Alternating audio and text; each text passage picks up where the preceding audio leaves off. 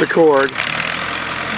Okay, I've already made a police report before they dumped all these rocks, and then I talked to the owner yesterday, which was the 25th. It was Saturday the 25th or 26th, and explained that they can't change the route of the water on their property, and the driver just told me that you can't change Mother Nature, and that he's not going to push the water onto my property, he's going to push it onto the other neighbor's property.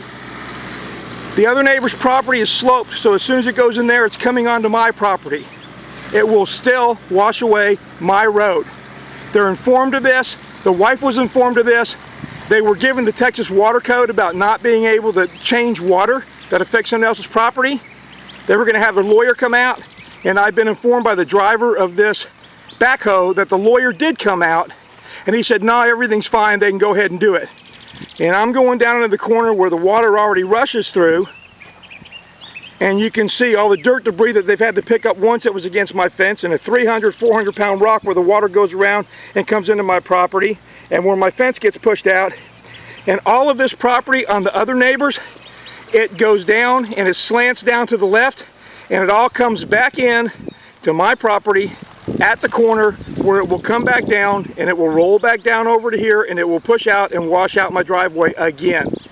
So they are intentionally, as they are moving these rocks, going to slant this so the water goes to the neighbor's house, they say, and then it will flow into my yard. And so they're diverting the water that will end up in my yard, and he says that's not a problem. The driver states that's not a problem because it's not my property he's pushing the water onto. So I've told the driver before he was dumping this stuff that it was against the Texas Water Code.